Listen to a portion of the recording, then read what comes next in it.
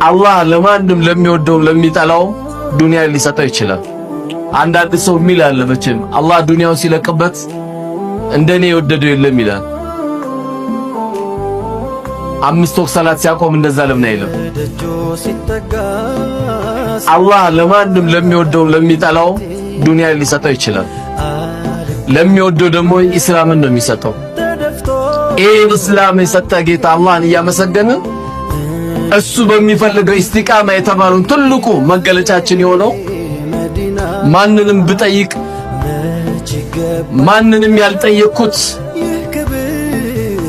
ትልቁን ነገር ነው የምጠይቁት ብሎ ሰሃባው እንደመጣው የአላህ መላእክተኛም ለዚህ ሰሃባ የመለሱለት ምንድነው?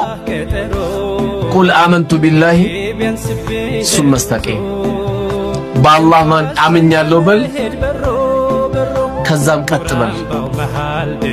በአላህ አምኛለሁ በል ከዛም ቀጥ።